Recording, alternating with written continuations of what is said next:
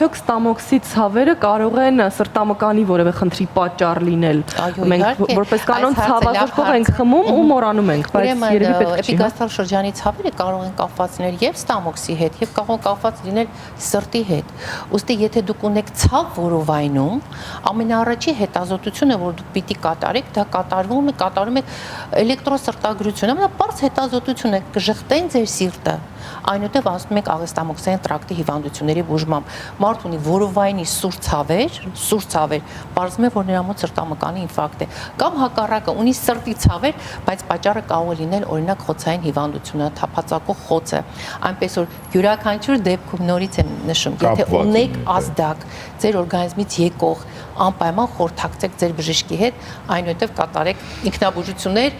հարևանների նշանակումներով կամ էլ մի կատարեք ինքնաբուժություն հարևան։ Այսինքն մեր օրգանիզմը փաստորեն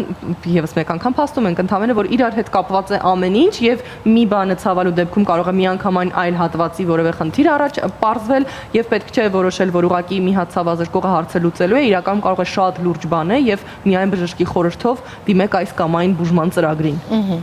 տեղահաբին եւ այլնին։